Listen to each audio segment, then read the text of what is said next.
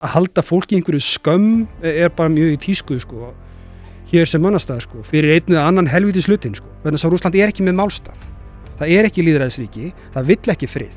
Það vill ekki útkljá ágreining sinn með því að versla við frjáls fullvalda þjóðríki heldur með því að taka það yfir. Lýðræði betra en einræði. Frelsi betra en ófrelsi. Mannréttindi betri heldur en skortur á þeim. Og þarna eigum við að vera í liði, sko. Fólk þarf það svolítið að kunna að koma frá sér hlutunum öðruvísi alltaf hann brjálæðiskast. Það þarf að vera hægt að tala svolítið yfirvegað. Og alltaf þegar ég segi þetta, þá fæ ég hópa fólki að gagnrýna mig fyrir það að vera eitthvað að vera að reyna að sussa á fólk sem að berjast fyrir réttlætum málstæði. Ok, þá bara ég að því. Bara, þú veist. Sjáum við Helga Rafn einhvern tímann aftur í stjórnmálum?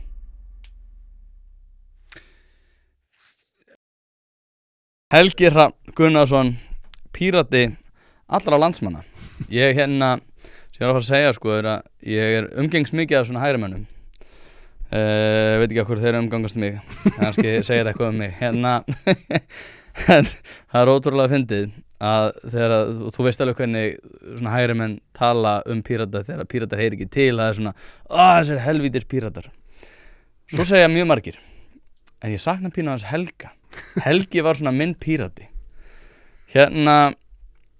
Hvernig, þú veist þetta svo sem alveg. Þú veist alveg að þú ert Pírati allra landsmanna. Þú veist, ég heyri hægrimenn tala svona, sko, reyndar reglulega kemur að fyrir að, þú veist, ég á barnum með kaffihúsi eitthvað og ég lendi á spjalli við eitthvað og yfirleitt, þú veist, lendi í spjalli við eitthvað og eitthvað svona, ég saknaði nú á þinginu, sko, og gott að hafa á þinginu, ég bara, takk fyrir það og svo segja þér eitthvað eins og, sko, ég reyndar, sko, ég ekkert mikið fyrir að pæla í pólitík sjálfur, sko, og ég bara, ok, þetta er sjálfstæðismaður og það alltaf rétt, kemur heim og saman, sko. Ég vil nú ekki gera á lítið úr þeim, sko, Nei, þeir eru nú þannig litlir sjálfur, sko. Ég átta mikið alveg á því, sko, vegna þess að svona, ég upplifi ekki þannig að ég hafi talað eitthvað sérstaklega til hægri allavega svona í efnahagsmálum því ég var á þingi, sko. Nei, en þú var samt alveg, sko, að þú pældir mikið í svona frelsismálum, sérstaklega í samhengi við svona menningarlega þætti, eins og við höfum svo sem rætt áður. Já, en þar líka kannski, myndi ég gagnrýna Sjálfstæðisflokkinn harðast og hef gagnrýnt hann harðast, að, sko, þegar kemur á svona efnahagsmálum, sköttum og þess háttar, þá hann voðalega stoltur og duglegur við það að fara að gera breytingar sem að auka, sko, viðskiptafrelsi og lækka skatta og eitthvað svona og ég ekkert að móti því, þú veist, það ekki kannski það sem ég mest annan áhuga á, pólitískt sjálfur, sko. Ég hafði bara svona blandað skandinavískt miðjumóðskerfi einhvers konar, minnst það bara fínt og get fært fyrir því rök. En sko, þegar kemur að hlutum eins og frelsi einstaklinga og tjáningafrelsi og svona prinsipmálum, þá hefur ekki fundist hægrið á Íslandi hafa neitt sérstakann áhuga á því þegar á reynir. Nei, ég sammála, þetta svona, það sko, eftir hendi sem svolítið. Já, og það kemur bara í ljós að þessi grundvallar réttindi, þau ekkert endilega til þess fallin að einhver græði peninga, sko. Þetta basically þannig, sko, ef þú getur grætt pening á því, þá Sjálfstæðisflokkurinn með því frjálslyndi, ef það kemur peningum ekki við, þá Sjálfstæðisflokknum eiginlega alveg sama ef hann vinnur ekki hreinlega á móti því, sko. Nei, ég hef nú reynda bara að skamma hægrimenn fyrir það einmitt út af því að eins og þú veist þá tel ég að réttrúnaðurinn hafi verið mesti skaðvaldur svona seinni tíðar og það sem að hægrimenn hafa leyft sér og sérstaklega fyrirtækjendur að einhvern veginn virða þetta vettugi og telja einhvern veginn eins og þetta sé bara eitthvað sem að fer yfir. Hafa ekkert skipt sér að menningamálum og hafa einmitt ekki viðhaldið þessum prinsipum tjáningafrelsi, skoðanafrelsi, bara heilt yfir. Jafnvel þú værir ekki endilega einhvern veginn að útbýta þínum skoðunum út allt þá bara það að reyna að viðhalda ákveðnum hugmyndum skoðanafrelsi. En hvernig, sko, út af því að ég sagði nú að væri Pírati allra landsmanna, ég verð nú eiginlega að spyrja þig, sko, hvað finnst þér Pírata núna í dag og hvernig þeir svona hafa reikið svona stefnu undanfarin svona frá því að þú fóst kannski? Sko, nú náttúrulega hef ég ekkert verið viðriðin pólitík síðan 2021. Dróð þá mig bara svolítið í hlé, svona að mestu, var bara svona í innra starfinu eitthvað og aðstoð við tæknimál eitthvað svoleiðis. Þannig að ég svona sattbest að segja hef ekkert eitthvað rosalega sterkar skoðunar á því, allavega ekki nema þær sem ég myndi kannski tala við, þú veist, vini mína í Pírötum að við stytta þetta þannig að hinn atbyrðin eitthvað slíkt, sko. En ég meina, þú veist, hlutinir eru bara eins og þeir eru. Þeir eru dutt út á þingi og það leiðilegt, en félagið ennþá til, Píratar ennþá í sveitastjórnum og maður veit ekkert hvað gerist næst hjá Pírötum, sko. Nei, það er nokkuð annað í þessu pólitík í dag, þetta orðið eitthvað svo refanlegt allt, sko. Já. og það er alveg einkenni þess að lýðræði hérna þrátt fyrir allt saman, þrátt fyrir alla gallana sem eru nokkrir og þarf að laga og þarf að taka alvarlega, í meginatriðum virkar þetta, í meginatriðum það þannig, við fáum friðsamlega valdaskipti og það er ekkert sjálfgefið. Nei, það er nefnilega ekki sjálfgefið. Og fólk tekur því sem sjálfsögum hlut og það bara er ekki sjálfsögum hlutur. Við erum óbúslega heppin að búa við það að við getum friðsamlega skipt stjórnvöld. Já, og gert það lýðræðis. Þótt að sé alveg eitthvað gallar eins og núna þetta fíaskó með þessi ótöldu atkvæði og svo norðvestu kjördæmi þarna í kosningunum þar á undan og allt þetta allt þetta klúður, allt þetta fúsk og þetta sko þetta skeytingarleysi gagnvart í að hlutinu þurfa að virka vel. Það má gagnrýna það alveg og það þarf að laga það sko. En í heildina litið, ef við lítum yfir söguna og lítum yfir heiminn, þá verðum við að passa að vera þakklátt fyrir það sem við höfum, ef við berum ekki kennsl á það, þá gleymum við því og það fer burt með einhverjum öðrum breytingum sko. Ég reyndar eins önnur spurning sem að áður en við förum í svona umræðefni dagsins, það voru mjög margir, ég sagði já, Helgi Hrafn er að koma í podcast og það voru mjög margir sem spurðu, já, hvað er hann að gera í dag? Ég er bara komið með almennilega vinnu, skal ég segja þér. Já, reyndar hjá sjálfum mér, ég er í sjálfstæðum rekstri sem tækniráðgjafi og hugbúnaðarsmiður. Þannig að ef þú ert með tölvuna þína og þú ert að fara að gera einhver hræðileg mistök, þá get ég kannski hjálpað þér að forðast við mistök eða allavega að gera þau aðeins minni. Og ef þú þarft þá get ég búið til fyrir hugbúnað. Þannig að ég er bara í því tæknigeiranum sko, hugbúnaðargeiranum sem er svo ofboðslega spennandi. Já, sem er líka svona tengist ákveð því sem við erum að fara að ræða hérna í dag. Þú skrifaðir pistil sem heit upplýsingahernaður. Já. Það sem þú fjallaðir og reifaðir svona hugmyndir það hvernig upplýsingar væru orðnar að tóli sem væru ekki bara til þess fallnar að afvegaleiða okkur. Já, jú, þetta er kannski frekar afvegaleiðing frekar en að segja rangt frá. Já. Að í stað þess að það væri verið að ljúga okkur beint, að þá er verið að veita okkur upplýsingar neyslan væri orðin úr þannig að gerð að það væri hentugt fyrir óprútna aðila að ekki endilega ljúga okkur heldur að móta ákveðna framsetningu að hlutum þannig að það hefði áhrif á skoðanir okkar og hvernig við tækjum svona hinnum heilaga sannleik.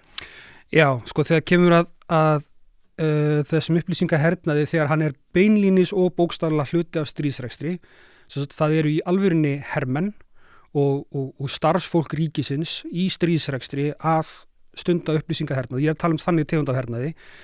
Það kemur frá Rússlandi fyrst og fremst, allavega svona sem er ábyrjandi okkar heimsluta, líka svolítið frá Kína en aðalega frá Rússlandi núna auðvitað út af þessu stríði í Evrópu og útþenslustefnu Rússlands.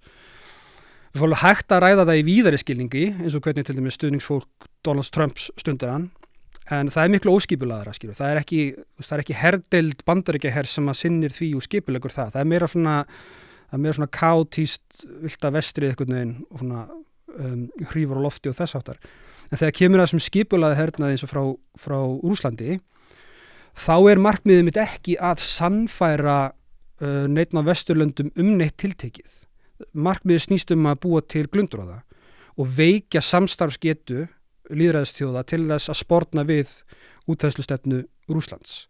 Og þú fær það ekkert endilega fram með því að sannfæra fólk einhver tiltekinn hlut. Það getur þess vegna alveg verið fínt að fólk trú einhverju sem er ekkert endilega þér í hag svo lengi sem það er upptekið við eitthvað annað heldur en að verjast þér.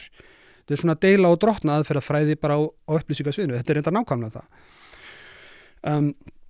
Þetta getur tekið á sig ýmsa myndir. Ég meina sumt af þessu er bara að dæla út falsfréttum og miða á markhópa sem eru líklega til þess að trúa því og láta þá svo bara einhvern veginn búa til suð og vesen og rifrildi og eitthvað svona við annað fólk eða þá það getur líka falið í sér til dæmis að styðja bara við þá við raunverulega grasrótarstarfsemi sem er á villigötum segjum Pizzagate eða eitthvað svona bull eða QAnon eða eitthvað svona það henta Rússlandi bara rosalega vel að QAnon sé fyrirferða mikið og við séum mikið að tala það og Pizzagate og allar þessar sturluðu vitleysu sem þar er að finna það er bara fínt, það þýðir ekki að hendi Rússlandi að við trúum á Pizzagate það henta Rússlandi að við séum upptekin við það frekar heldur en að sameinast að verjast útþenslustefnu Rússlands Þannig að þessi hernaður, hann snýst bara að í raun og veru, þú veist, sprengja og eyðileggja getu okkar til þess að beita vitsmunum í stað aflsmuna til þess að ná að vinna saman. Nú myndi einhver segja hérna, já Helgi Hrafn, þú hérna í einfeldni þinni trúir því að séu bara Rússar og Kína sem að séu í slíkum hernaði og Bandaríkin séu einhverju svona kaotíst og get ekki haft stjórn á neinu. Þetta stærsta herveldi allra tíma, þeir hafa miklu meiri áhrif, við lifum öll í veruleika Disney, við lifum öll í veruleika hérna Theodor Adorno sem að fjallaði það að allt sem að við kemur menningu væri stjórnað af einhverju stórri elitu. Og þú ert að halda því fram að Rússar sem get ekki einu sinni tekið Kív á nokkrum dögum séu einhvern veginn að fara að vera með einhverja útþenslustefnu hérna á næstu árum. Þetta náttúrulega bara algjörlega hlægilegt út af því að við vitum alveg að Bandaríkjamenn hafa alveg jafn mikil áhrif. Þú ert bara búin að verða ginkeiftur af einhverju hugmyndum það að það eru vondir og svo eru góðir og við einhvern veginn þurfum að vera að berja okkur í brjóst og að vera að sameinast það að berjast gegn hinu illa. Þetta núna, vilt þú bara fara í einhverja krossferði til Miðausturlanda og svo ætlar að fara að reyna að ná einhverjum nasistum í Rússlandi. Auðvitað þetta bara hlægilegt. Þú veist alveg vel og ég að þetta ekki rétt hjá þér og þú ert bara nákvæmlega fórnarlamb þess sem að þú þykist vera gagnrýna. Sko, ég ekki mikið fyrir það að horfa á hlutina góðu kallinn, vondi kallinn. Það eru samt sumir hlutir betri en aðrir. Það til dæmis betra að hafa mannréttindi heldur en hafa ekki mannréttindi. Það betra að hafa lýðræði heldur en hafa ekki lýðræði. Það betra að hafa frelsi heldur en hafa ekki frelsi. Þannig að sko þegar við berum saman ólík þjóðríki og svona þá eigum við alveg að taka með inn í reikningin hvernig þjóðríki það eru vegna þess að það hefur áhrif á það hvernig þau hegða sér og hvernig þau ná sínum markmiðum. Bandaríkin þrátt fyrir stórgallað lýðræðisfyrirkomulag samt lýðræðisríki. Það samt réttarríki. Þú getur samt sagt meira eða minna það sem þér sýnist þar. En þá allavega þú hefur áhrif á gangmála. Þú getur tekið þátt í pólitísku starfi og enn sem komið án þess að ógni lífið þínu þótt að reyndar það séu því miður blikur lofti þar. Þetta getur ekki í Rússlandi. Þú bara getur þetta ekki í Rússlandi. Rússland haga sér ekki eins og Bandaríkin. Og þótt að Bandaríkin séu stórveldi, þá eru þau líka frjálslynt lýðræðisríki og aðferðirnar sem að Bandaríkin beita til dæmis til þess að reyna að ná hugum og hjörtum fólks með því að reyna að fá fólk yfir á sitt band. Stundum beita Bandaríkin aðferðum sem eru ekki kannski líklegar til árangurs. Það til dæmis ógirningur að koma á lýðræði með stríðsrekstri eins og Írak. Það voru hræðileg mistök. Að ætla að fara og sprengja allt í klessu og drepa fullt af fólki og segja síðan sjáu hvað frelsi og lýðræði frábært. Það voru mistök, skulum við segja. En þegar sko Bandaríkin beita sálfræðihernaði sem þau og gera, það alveg rétt, að þá það samt í því markmiði að sannfæra fólk eitthvað. Það snýst ekki bara það að deila og drottna. Það þannig hjá Rússlandi. Vegna þess að Rússland ekki með málstað. Það ekki lýðræðisríki, það vill ekki frið. Það vill ekki útkljá ágreining sinn með því að versla við frjáls fullvalda þjóðríki heldur með því að taka það yfir. Og það að sé einhver barnaskapur að núna fara að skella á einhver útþenslustefnu Rússlands, hún skollin á og búin að vera í gangi núna í Úkraínu í einhver ár. Og byrjaði reyndar 2014 í þetta skiptið, og ég segi þetta skiptið, þannig að hún hefur verið til staða frá upphafi. Rússland hefur aldrei verið neitt annað heldur en með útþenslustefnu. Það rótin að grundvallar hugmynd Rússlands varnarhagsmuni sína, að eiga eins mikið land í vestur og mögulegt og nú þarf ég að fara út í landafræði, haldið ykkur fast, en sem sagt þetta svæði sem alveg frá Pólandi sirka og alla leið upp að hérna Úralfjöllunum meira eða minna flatlendi, skóar og eitthvað svona og þetta óverjanlegt svæði í raun og veru. Þú getur valtað yfir allt þetta svæði á skriðdrökum bara meira eða minna eins og þið sýnist nema auðvitað að það eru aðrir skriðdrökar að stoppa þig eða sprengjur af einhver fjárinn. Út frá þessum landfræðilega veruleika, þá hefur Rússland alltaf litið svo á og þú finnur þetta bara í ritum í Rússlandi, þú heyrir bara Rússa segja þetta, alveg fullum fetum, að til þess að verja Rússland, þá þarf að hafa yfirráði yfir öllu þessu svæði. Þetta það sem að máli snýst um. Þess vegna þetta útþenslustefna og þess vegna á meðan Rússland ekki lýðræðisríki, þá getur Rússland ekki varið sig með öðrum leiðum heldur útþenslustefnu. Vegna þess að ef það eitt einræðisríki þarna og lýðræði og frelsi að breiðast út allt og ég tala nú ekki hefur farin að vera í varnarsamstarfi, nefnilega NATO, þá einræðisríki allt í hennu bara eitt og þarf að díla við ykkur lýðræðisríki sem er öll samstarfi og þú getur ekki bara ráðist inn því þið sýnist og þetta má ekki gerast. Þess vegna þurfti Putin, telur sig þurfa, að fara inn í Úkraínu og hann telur sig líka þurfa að fara inn í Moldóvu og hann telur sig líka þurfa að fara inn í Eystrasaltsríkin og líka inn í Pólland. Það er bara spurning tíma. Þetta er lógíkin á bakvið það hvernig einræðisríki haga sér gagnvart varnarhagsmunum sínum þegar þau eru að díla við lýðræðisríki. Lýðræðisríki haga sér ekki svona gagnvart hvor öðru. Þau leysa sína ágreiningsmál með samstarfi. Þess vegna er Evrópusambandið til. Þess vegna er Þýskaland ekki í stríði við Frakkland. Það er hægt að versla á milli, það er hægt að tala saman. Það er hægt að beita heilanum frekar en vöðvanum. En einræðisríkin virki ekki þannig. Þau haga sér öðruvísi. Þetta er ekki það sama. Það er næstum því hægt að segja að lýðræðisríki fara ekki í stríð við hvort annað. Næstum því. Það er pínu umdeild kenning, kölluð Democratic Peace Theory, en öll undantekningadæmin eru svolítið loðin og skrítin og margt þar að ræða. Það er í það minnsta augljóslega miklu ólíklegra að lýðræðisríki fari í stríð og önnur lýðræðisríki heldur en að einræðisríki og lýðræðisríki fari í stríð eða einræðisríki og önnur einræðisríki. Já. En það sem er áhugavert við þessa kenningu reyndar, og þetta er ástæðan fyrir því að ég tel lýðræði vera grundvallaratriði í utanríkisstefnu og varnarmálum, er það að þetta gildir eiginlega bara lýðræðisríki gagnvart öðrum lýðræðisríkjum. Lýðræðisríki eru ekkert mikið ólíklegri til þess að fara í stríð við einræðisríki heldur einræðisríki við önnur einræðisríki. Þetta virðist bara virka innan mengis lýðræðisríkja. Þannig ef allur heimurinn væri orðin að bara samansafna lýðræðisríkjum, þá hygg ég að við höfum möguleikan á heimsfriði. En þangað til, þá verður það ekki þannig. Á meðan það eru stór og sterk einræðisríki eins og Rússland, þá verða eðlislægir varnarhagsmunir þeirra þannig að þau þurfa að vera að beita vöðvanum og ekki vitinu. Þannig að ég veit ekki alveg hvort að við myndum einfalda þetta niður í góði kallir, vondi kallinn, það er ofureinföldun, en lýðræði er betra en einræði. Frelsi er betra en ófrelsi. Mannréttindi eru betri heldur en skortur á þeim.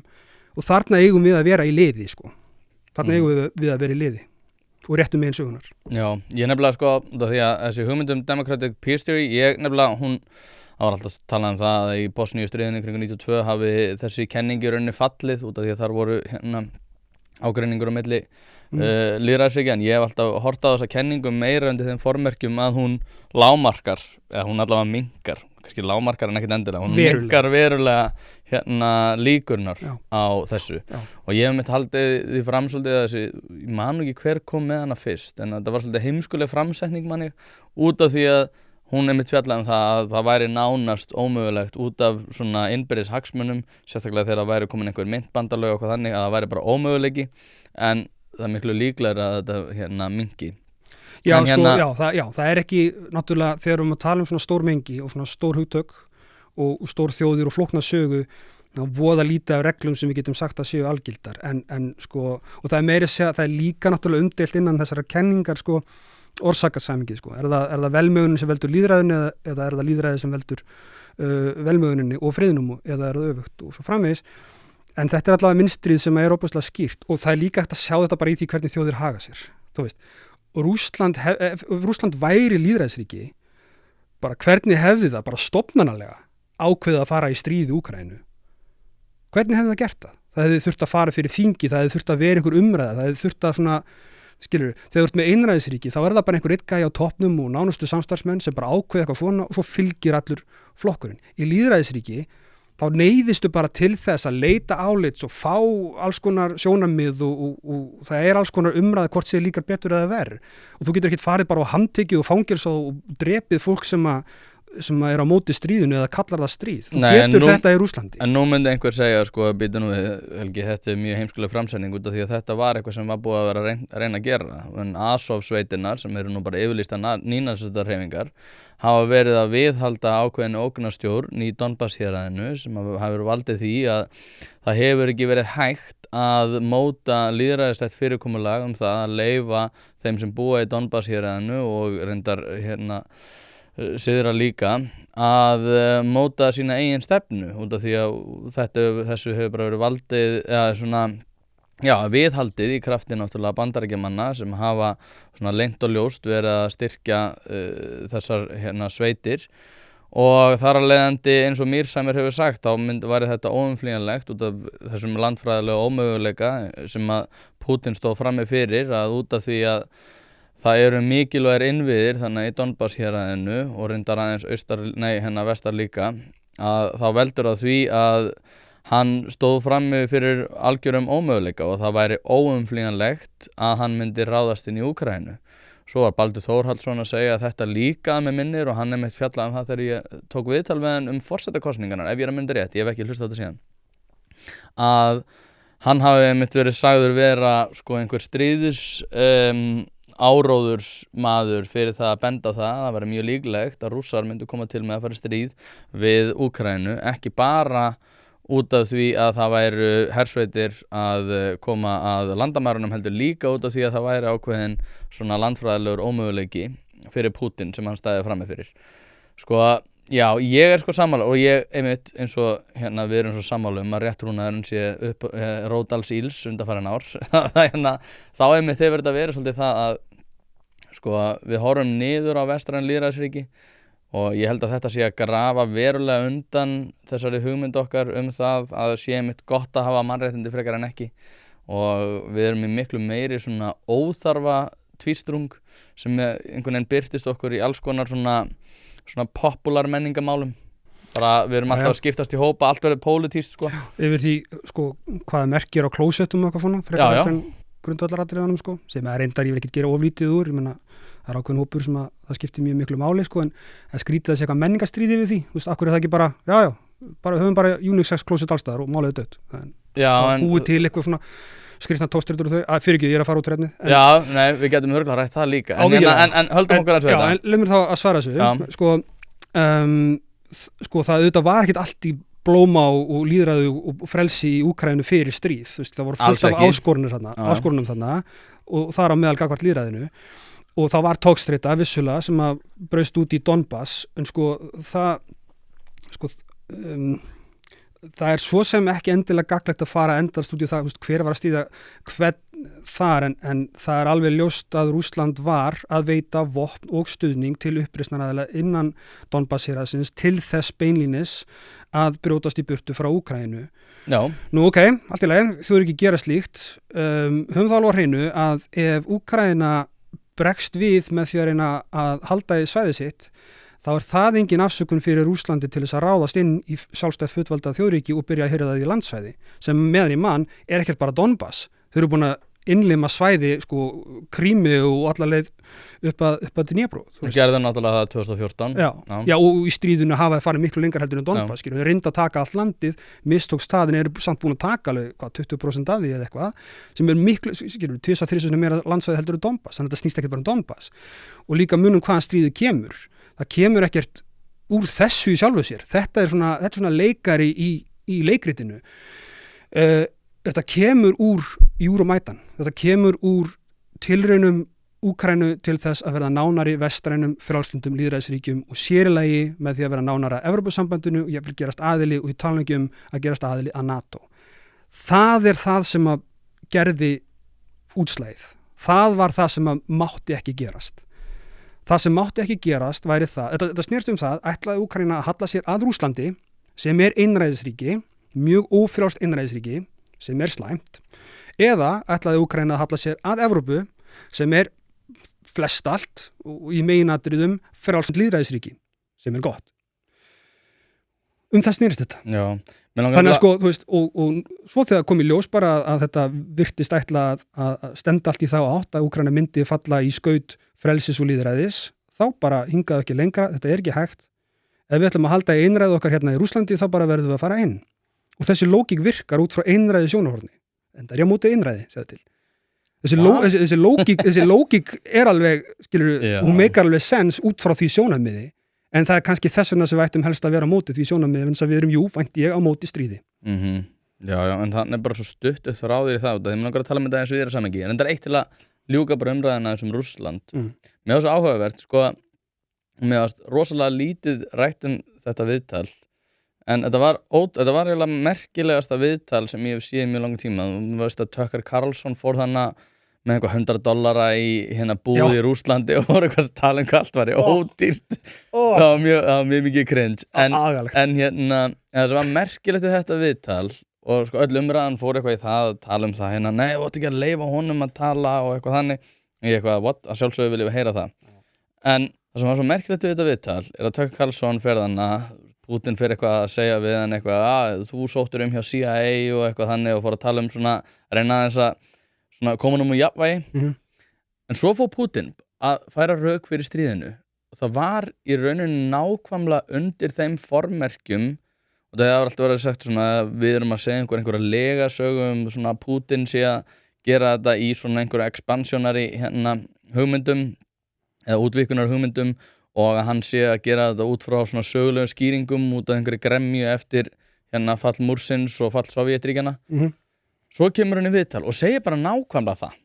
Hann segir bara nákvæmlega það að þetta hafi verið undir þeim formerkjum að það sögulegt samhengi gagnvart Úkraínu og Rússlandi og þar af leiðandi eigi Úkraína ekki að vera að halla sér að vestrænu ríkjum út af því að þetta sé óaðskiljanlegur hluti Rússland. Og hann fer ótrúlega í svona löngum máli yfir þetta og það ótrúlega fyndið að horfa á þetta viðtal og hann segir nákvæmlega þá sögu sem hefur verið sögð sko þegar ég tala frjálslega svona, þessi svona vinstri menn sem að kalla aðra vinstri menn libba að þeir eru bara þú veist nákvæmlega hvaða típ ég er að tala en þeir voru alltaf búin að segja þetta nú bara legasaga og þetta nú bara einhver svona út af því að við vorum að íta honum út í þetta hann segir nákvæmlega sömu sögu og búið að vera legasaga en þetta einhvern veginn kom aldrei fram á sjónarsviði og það þetta og þetta annað sem mér hefur fundist mjög mikilvægt líka að ræða að Putin segir sko hann fer með 2 ræður að önnur ræðan þegar hann lýsir yfir stríðinu þannig að 22. að minnir en hann fer með aðra ræðu 21. eða 19. ég man ekki alveg hvort það voru 2 ræður með stuttum millibili en í fyrir ræðinu sem miklu merkilegri að þar fjallar hann einmitt það að hann hafi viljað segja að hann kom til Bill Clinton og sagðist vilja vera hluta NATO og Bill Clinton hafi sagt nei hann örugglega með sínar skýringar á því en aftur á móti þá mjög mikilvægt þegar maður verið að huga því sko hvers konar bandalag NATO sem ekkert sem má gagnrýna að af hverju var ekki einmitt gengið að því samkomulagi þá og af hverju var þessari gremju viðhaldið? Ég geti gefið strax bara mjög skýr ástæði fyrir því. Þótt að reyndar ég hef ekki séð að koma fram eins og blasa við sko ef maður les NATO-samningin sjálfan. Þetta varnarbandalag lýðræðisríkja og þú þarft að vera lýðræðisríki til að eiga heima þarna. Og sko núna reyndar 2, vonandi ekki 3 en mögulega 3 ríki þarna sem eru svona rægt að efast að séu raunverulega lýðræðisríki lengur. Það Tyrkland, Ungverjaland og mögulega Bandaríkin eftir því hvernig Trump gengur að rífa í tætlu lýðræðina frá. Það ekkert í stað að takist hjá honum. Heldur hann sé að fara að gera það? Ég held að hann mun halda áfram að reyna, já, mun halda áfram að gera skaða og hann búinn að gera fullt af skaða. Bara spurningum hvort að bandaríska kerfið sko ráði við það sem reyndar þrátt fyrir alla galla lýðræðiskerfisins í Bandaríkjunum tveggja flokka kerfið og kjörmannakerfið og allt þetta bull það einn ofboðslega sterkur liður í bandarísku lýðræði sem það að stofnunum stilt upp svolítið á móti hvor annarri, kallað checks and balances aðhald og mótvægi, þetta ofboðslega sterkt í bandarísku lýðræðishefð og í raun og veru það sem lætur allt heila klappið virkað mínu mati allavega, fyrir ekki alveg fara alveg strax allavega, en sko Rússland náttúrulega ekkert heima í NATO fyrir en það orðið fungerandi lýðræðisríki. Putin hefur aldrei sýnt neitt áhuga á því og að mér vitandi sko fáir sem eru áberandi í Rússlandi. Þeir eru bara drepnir, skilur.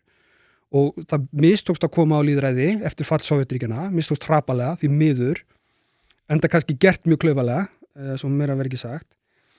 Það alveg grunn skilyrði, sko. Þetta varnarbandalag lýðræðisríkja og bara þjóðríki eiga að vera lýðræðisríki. Til þess að vera í þessu bandalagi. Það bara á að vera þannig. Já, en þeir eru með kosningar og það var nú ekkert fullkomið lýðræði. Það voru kosningar í Írak líka 2001. Já, en það sem ég að segja að það var alveg að fara þetta rauk fyrir því að önnur Sovétríki hafi í rauninni ekki verið með fullkomið lýðræði en kannski hafi með inngilding eða svona að innleimaðu inn í NATO og taka þeim með opnum örmum hafi kannski leitt til þess að lýðræðishefðin yrði sterkari. Við getum ekki sagt það að lýðræðishefðin hefði kannski ekki orðið sterkari með aukinni blöndun bæði með viðskiptahagsmuni að leiðarljósi og líka varnarlega hagsmuni að leiðarljósi í Rússlandi. Ég meina þessi ríki sem urðu hluti af NATO, þau urðu að verða lýðræðisríki fyrst. Nú veit ég ekkert hvað Clinton sagði við Putin á sínum tíma, en ég meina ef hann sagði, NATO bandalag lýðræðisríkja, að þau þurfa að vera lýðræðisríki til þess að verða hluti af NATO, Ég myndi mér að Pútín hefði bara túlkað það sem nei. Þannig að hugmyndin lýðræði í Rússlandi hún er algjör út á kortinu, sko. Og reyndar ástæða til að telja það, ef við reynum að setja okkur í spor Pútíns, að Rússland gæti ekkit lifað af í sinni núverandi landafræðilegri samansetningu sem lýðræðisríki. Það er ekkit augljóst og það sé hægt. Það er ekkit víst hvað það þýðir að gera Rússlanda lýðræðisríki. Enda hefur aldrei verið. Það er engin lýðræðishefð þarna. Það er engin almenn þekking á því hvernig lýðræði virkar. Tjáningarfrelsi er bara einhver svona jólasaga frá Vesturlöndum, skilur. Það er ekkert í menningunni eða sögunni sem að hjálpa Rússlandi, þessu ógnar stóra ríki, að verða lýðræðisríki. Þetta er meira en að nefna það. Ég er algjörlega á því að sko, þegar þessu stríði lýkur og því mun ljúka, að þá eigum við að gera allt sem okkar valdi stendur til þess að reyna að lýðræðisvæða Rússland og önnur ríki sem eru ekki lýðræðisríki. Það er ekkit augljóst hvernig að fara að því. Það verður vissulega ekki gert með hervaldi, allavega mjög ólíklega, allavega ekki inn og sér, en þetta verður mjög flókið, mjög hratt, en allavega NATO er varnarbandalag lýðræðisríkja og ríki sem ekki lýðræðisríki eru bara óvelkomin í það af þeim sökum einum saman. Það er ekki hægt að treysta einræðisríkjum til þess að starfa saman, eins og sést á hegðun þeirra aðildarríkja NATO sem eru hvað fjærst lýðræðinu, nefnilega Tyrklandi og Ungverjalandi. Þegar Svíþjóð og Finnland búa þarna við hliðina á Rússlandi sem er í innrás við Úkraínu og er að pumpa upp hertrómunar og þau eru að reyna að komast inn í NATO og þá er það þessi tvö ríki, Tyrkland og Ungverjaland, sem standa í vegi fyrir því og aðstoða hvort annað við að standa í vegi fyrir því nema þau fá okkar fyrir sinn snúð. Svona haga ríki sér þegar þau eru ekki lýðræðisríki. Svona haga þau sér. Þess vegna er ekkert hægt að treysta þeim til að vera hluti af varnarbandalagi lýðræðisríkja. Enda er ég á því að það eigi bara að endurskoða, það er enda ekki hægt sko lögfræðilega en þú veist, það þarf að fara að taka aðeins á því hvernig Ungverjaland og Tyrkland haga sér. Þau verða að taka sér saman í andlitinu þegar kemur að lýðræðismálum. Það kemur okkur við. Það er ekki einkamál þjóðríkja, hvort þau séu lýðræðisríki eða einræðisríki. Það er bara stórhættulegt fyrir heiminn að einræðisríki séu til. Það er bara það. Það er bara þannig. Og bara við fáum ekki frið á þessari plánutu fyrir að lýðræði og frelsi er orðið ákveð grundvallaratriði fyrir okkur öllum. Ég glemdi þetta reynu. Ég glemdi að óskaði til hamingju með nýja starfið hjá hergagnaðinaðinum. Nei, ég meina, ég er ekki hrifnar að stríðin hver annar, skilur. Ég vil fá friðin, en ég bara trúi því að eina leiðin til þess að öðlast hann sé með frelsi og lýðræði. Bara mission accomplished. Það er Bush þema. Herðu, það var ekki Úkraínu sem restin í Rússland. Okay? Ég er líka stríð. Það var ekki NATO heldur. Tölum að þessu Trump. Okay. Ég ætla að vera með smá forsögu að þessu, sko. Sendið yfir eitthvað léttara. Já, eitthvað léttara. Sko, ég var í Bandaríkjunum þegar að Trump var kosin forseti. Ég fór fyrst til Boston og fór til Pennsylvania. Ég hafði aldrei komið til Pennsylvania eða Philadelphia, en ég bjó í Boston og hef verið þar, ég veit ekki hversu mörg flug, mjög marga tugi, ef ekki 100 flug fram og tilbaka til Boston. Og ég mætti þangað og ég hafði ekki komið hana í 5 ár. Og það sem að blasti við mér var svolítið áhugavert út af því að ég kom hana og ég sá bara að ég fór til Cambridge og það var svona það sem ég þótti mikilvægast að breyta í þessu er að það voru alltaf verslanir í Cambridge við Harvard Square heitir það og mjög svona áhugaverður, mjög svona sögulegu staður fyrir alla menningu bara alveg við Harvard skóla. Það voru alltaf troðfullt af búðum, ótrúlega mikið líf, ótrúlega mikið af búðum og alltaf þegar einhver hætti rekstri eða eitthvað þannig og maður sá alveg stundum að þá var það kannski 2 dagar sem maður var bara til leigu og síðan var að farið og komin einhver rekstur bara viku síðar. Þetta var ótrúlega áhugavert að því leiturum til.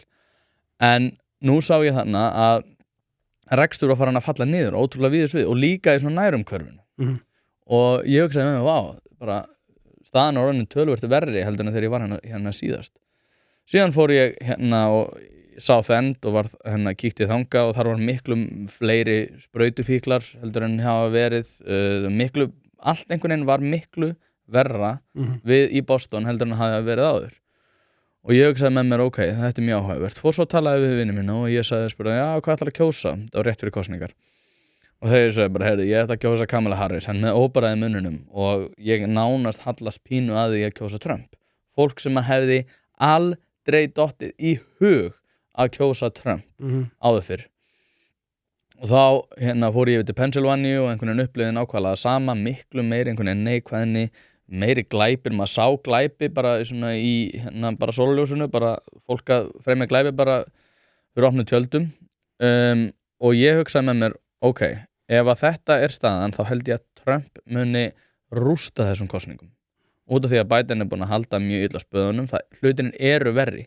hann gæti alveg sagt eitthvað nei, það gengur betur út af því að það er hærra í stock market og eitthvað fleira þar fram til göttunum, kauphöllin lítur mjög vel út en ég hugsaði með mér, ég meina það er bara augljóst að fólk er ekki að finna fyrir því og þessi innspýtingin í kauphöllina er augljóslega bara út af peningabrendun og ég einhvern veginn gerði mikið starkkenni fyrir bara, heyrðu, Trump er að fara að rústa þessu og ég held hann líka var að fara að rústa þessu bæði út af efnahagslegum forsendum, en líka það er þunn lína á milli þjóðarstolts, rembings og hyggju mjög svona, og ég myndi setja þetta einhvers staðar hann á milli, ég myndi segja þjóðan er stolt, bara allt í góðu, þjóðan er hyggja að maður farin að hafa áhugjur, en þjóðan er rembingur þá er maður farin náttúrulega komin á mjög varhugaverða slóðir en ég aftur á móti til að það þurfi ákveðin svona eldmóðskvetjandi umhverfi þar sem að fólk er ekki bara að hugsa það hversu ómögulegt það er, hversu ómögulegt hvítt fólk er og hvernig einhvern veginn kynþættir eiga að vera, einhvern veginn innbyrðis átökum út af einhverju hugmyndafræðum það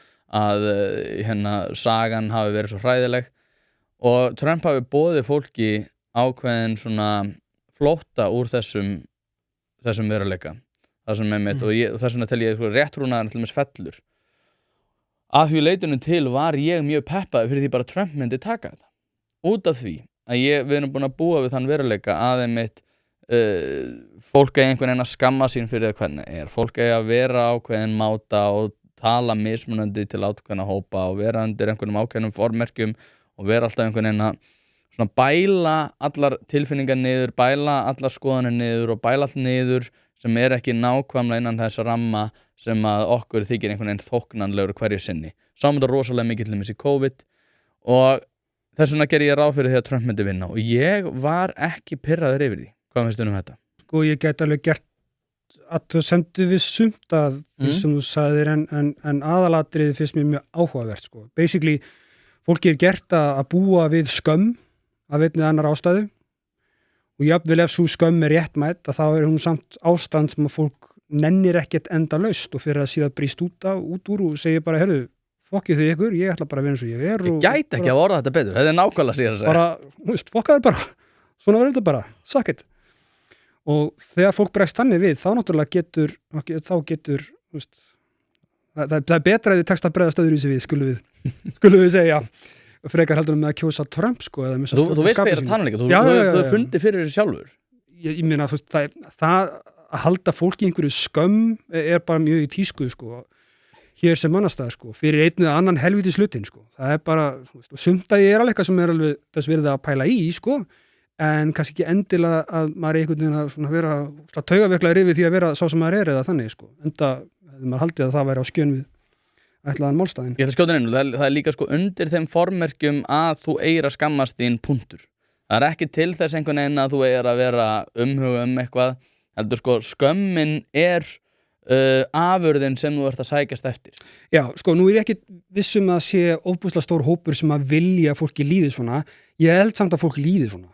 Já, það er líka þetta því þú getur verið góð manneskja á móti, sko. Já, en líka, sko, ég held að þessi líðan sé vissulega til staðar, sko, sem er alveg slæmt og fólki hættir til að bregðast við henni fyrir að síðan með að segja, fokka þú þér og ég ætla bara að gera þetta eins og ég vil og þá er komin svolítið vondur samræðu grundöllur og líðræðisgildin fljótt að fara út gluggan við það samanber Sigri Trumps. Ég held að sé alveg, þetta er alveg umhugsunar virði, sko. Ég held að sé alveg umhugsunar virði, en ég er sjálfur þeirra skoðunar að Trump hafi unnið í bæði skiptin vegna þess að þau eru með tveggja flokka kerfi. En ég er svolítið erfiður með þetta að allar mínar skýringar á þessu eru hundleiðinlegar. Það eru drepleiðinlegar. Það fela í sér stærðfræði og líkindareikning og alls konar svona kerfislega hugsun sem er bara ekkert sexy, er bara ekkert pepp í. Það er miklu auðveldar að segja, sko, mér líður illa vegna þess að þú lést mér líður illa og þess vegna kaus þessi Trump og svona búið til eitthvað svona tilfinningalega útgáfa af þessu. Ég held að raunveruleikin sé drepleiðilegur. Hann felst í því að það er þetta kjörmannakerfi þarna og svona winner takes all kosningakerfi sem þýðir það að það er alltaf bara tveir kostir. Það þýðir það að þegar þú færð brjálaði mittfyrring eins og Trump í sko frambóð innan repúblikana, þá er með forskott. Ég verði að fara aðeins út í það. Sko 2015-16 þegar hann er að bjóða sig fram og þeir eru í forvalinu í repúblikanaflokkunum. Þá eru þeir þannig, nokkri frambjóðendur, 5 eða 6 eða hvað þeir voru, ég manna ekki, og spyrillinn spyr þá, ert þú til í að lofa því að ef þú nærð ekki í valinu, að þú munir ekki stofna nýjan flokk? Hættan verandi svo að ef einhver vinsæll frambjóðandi myndi stofna nýjan flokk, þá myndi að klippa að fylgi repúblikana og demokratar myndi vinna. Og Trump var eini frambjóðandi sem sagði bara, nei, ég ætla ekki að lofa því. Það getur bara vel verið, ég stofni nýjan flokk ef þið veljið mig ekki. Þá fyrir fólk að hugsa, ok. Ef hann stofnar flokk, þetta er Donald Trump, hann er brjálæðingur og uppfinningur, en hann er líka heimsfrægur miljardamæringur, sko, og mikill í kjaftinum. Ef hann myndi stofna nýjan flokk, þá, og repúblikana færi með eitthvað annan frambjóðanda, þá væri komin versta hugsanlega staða fyrir repúblikana í tveggjaflokkakerfi, sem er svo, repúblikana myndi splundrast og hann myndi taka ekki 5 eða 10% af þeim. Ekkert endilega eitthvað mikið, bara 5 eða 10%. Það væri katastrófa fyrir repúblikana og demokratar myndu sigra. Þetta er einkenni tveggjaflokkakerfisins. Donald Trump sigraði forval repúblikana vegna tveggjaflokkakerfisins. Þetta er númer 1. Síðan er hann útvalinn þarna, að mínum mati mikið til að þessar ástæðu. Spurningin hætti að vera, viljum við Trump? Er hann besti kandidatinn? Og spurningin var, viljum við Trump eða demokrata? Það var spurningin. Ekki viljum við Trump eða Rubio eða eitthvað annan. Heldur viljum við Trump eða demokrata? Og þau vildu alls ekki demokrata. Þau vildu ekki tapa þessum kosningum. Ok, tökum Trump. Og þá var orðið Trump að móti einum öðrum frambjóðanda. Ekki 3, ekki 5, heldur einum. Og þessi eini frambjóðandi, hann þarf að ná til allra bandaríkjamanna. Hann þarf að ná ekki bara við vinstrið, hann þarf líka að ná vel yfir miðjuna og eitthvað til hægri. Og það er bara meira en að nefna að finna slíkan kandidat sem er ekki líka svona boring. Það er rosa erfitt að reyna að höfða til allra og á sama tíma segja eitthvað skýrt og decisive. Sko. Trump náttúrulega getur að verða þess að hann er brjálaður vitvinningur og nær því. Þannig komumst við í þessa stöðu. Ég er algjörlega samfærður það. Ef Bandaríkin væru bara með sko, svona hlutfallskostningar eins og til dæmis við erum með í öllum meginatriðum, það er gallar á okkar kerfi, en í meginatriðum þá svona það bil fáum við sirka það hlutfall þingmanna sem að atkvæðin segja til með undartekningum upp á 1 þingmann hér eða þar eða eitthvað sko, í einstaka kostningum. En það er bara heiminn að hafa milli þess og að hafa þetta tveggjaflokkakerfi. Þetta tveggjaflokkakerfi er eitrið. Það er það sem mun verða Bandaríkjunum að falli ef eitthvað. Ég er fullkomlega samfærður þetta.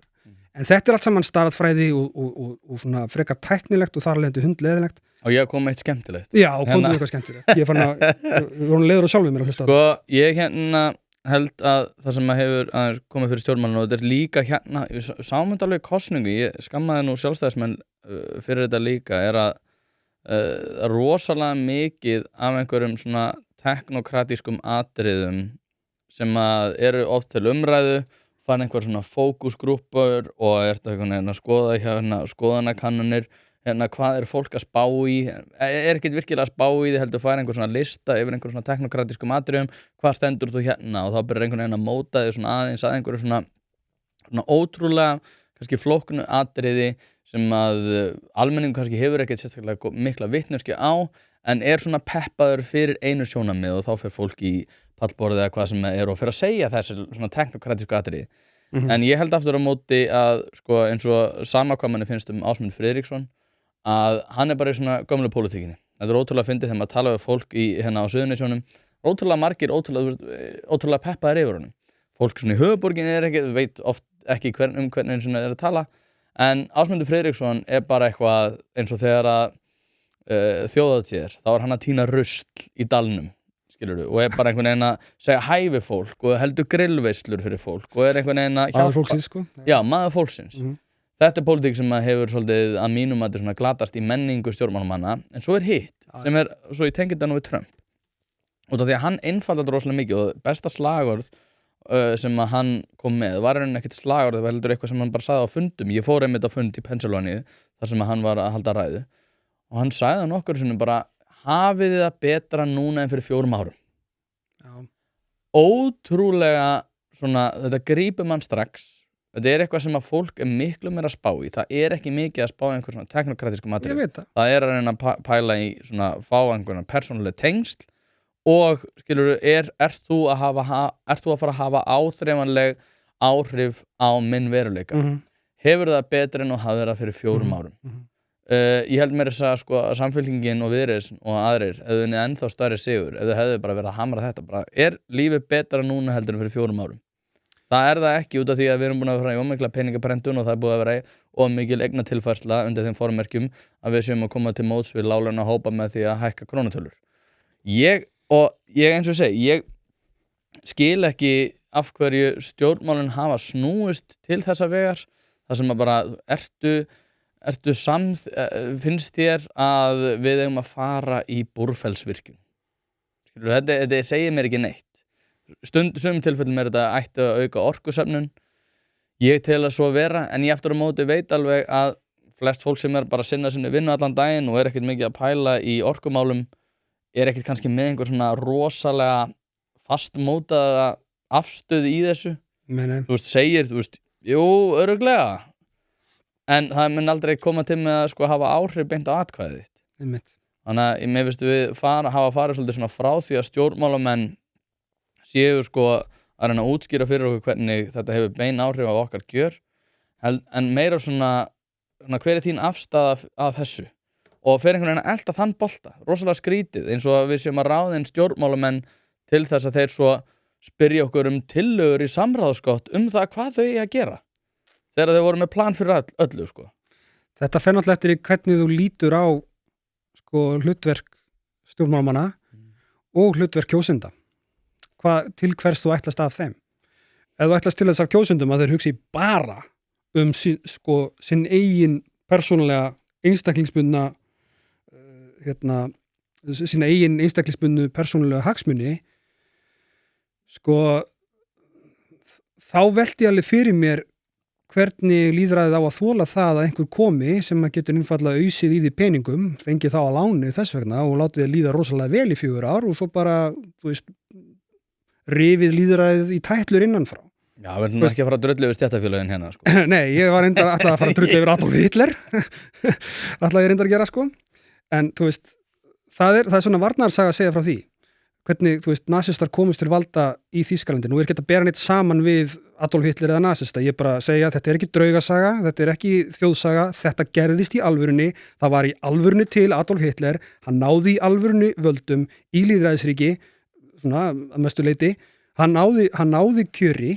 Hann var með meira lýðræðislegt umboð heldur en nokkur stjórnmálamaður á Íslandi hefur haft bara í háa herrans tíð. Svo það sé sagt. Þú veist, hann sigraði kosningarnar. Skilurðu? Adolf Hitler sigraði kosningar, ok? Höfum þetta á hreinu. Þetta er söguleg staðreind. Og síðan auðvitað, það eru fyrirvara á þessu, þetta var mjög óbilsfullt samfélag og eftir þetta urðu ekki frjálsar kosningar, en þess að hann reif lýðræði tætlur að innan og gerði það mjög opinskátt og hátt og kritískur massi af þýskum kjósendum vildi þetta vegna þess að hann vildi atvinnu og hann vildi mat. Hann vildi fá þessa hluti í lagi. Hafa þessa hluti í lagi og veistu hvað? Hann stóð við það. Fólk fékk vinnu, fólk fékk mat, en það misti lýðræðið og milljónir manns mistu lífið. Og það var heimstyrjöld. Og þetta er hættan ef við ætlumst til þess að kjósendur séu bara að hugsa hvort þeir séu með vinnu eða hvort að þeim líði nú vel akkurat núna eða í 4 ár í einu. Og þá er ekkert að gera lítið úr þeim áhyggjum. Það er skipta auðvitað máli, en það má ekki vera það eina sem við erum að hugsa vegna þess að ef við erum bara að hugsa það, þá kemur að því að við hættum að hugsa það hversuna við erum að tala það til að byrja með. Það er að segja hvort við höldum lýðræðinu eða ekki. Við verðum líka að geta sem kjósendur gert þá grunnkröfu á frambjóðendur að þeir aðhyllist lýðræðisgildin. Og við erum ekki að vera að tala atvinnu eða velmegun fyrir en að það er allavega á hreinu, að mínum mati. En aftur, þetta fer eftir í tilkvæmst og ætlast af kjósendum. Raunveruleikin eru þetta sá líka að við erum orðin svo vön því að búa í frjálslyndu lýðræðisríki, meginatriðum frjálslyndu, meginatriðum lýðræðisríki, að hugmyndin það að við missum það er óbúslega fjarlæg. Vandinn verandi sá að hún er fjarlæg þar til hún allt í hún er komin rosalega nálægt. Og það þarf ekkert mikið að fara úrskeiðis í Bandaríkjunum eða í Evrópu til þess að sömu vandamál komi hingað. Segjum að það taki 10 ár. Það líður svona. Það tekur enga stund. Þannig að ef við erum ekki með puttan á púlsinum það hvar við stöndum gagnvart frjálslyndum lýðræðisgildum, þá munum við missa þau. Það bara tímaspursmál. Það eru bara kjósendur sem eru að verja lýðræðið. Þeir eru verðirnir. Það enginn að passa okkur. Þetta eru bara við. Ég ekki alveg sammálaður, sko. Ég þetta sammálaður í sambandi við Evrópu, með allar tölur sem að maður skoðar í sambandi við Evrópu eru niður á við. Það ótrúlegt hvers konar hnignunaskeið að eiga sér stað í Evrópu. Við finnum kannski inn á það eftir. Sko, mér finnst þú vera að tengja punta sem ekki endilega, þú getur ekki bara sagt hérna, já, nei, út af því að fólk kýs fyrir velmegun og svona eigin hagsmuni.